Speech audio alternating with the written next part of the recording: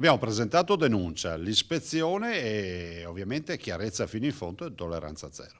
Verifiche severe e rigorose, questa è la richiesta fatta dal governatore del Veneto Luca Zaia al team di ispettori incaricati per eseguire un'indagine amministrativa interna sullo scandalo che ha travolto 2 medici padovani dell'azienda ospedaliera.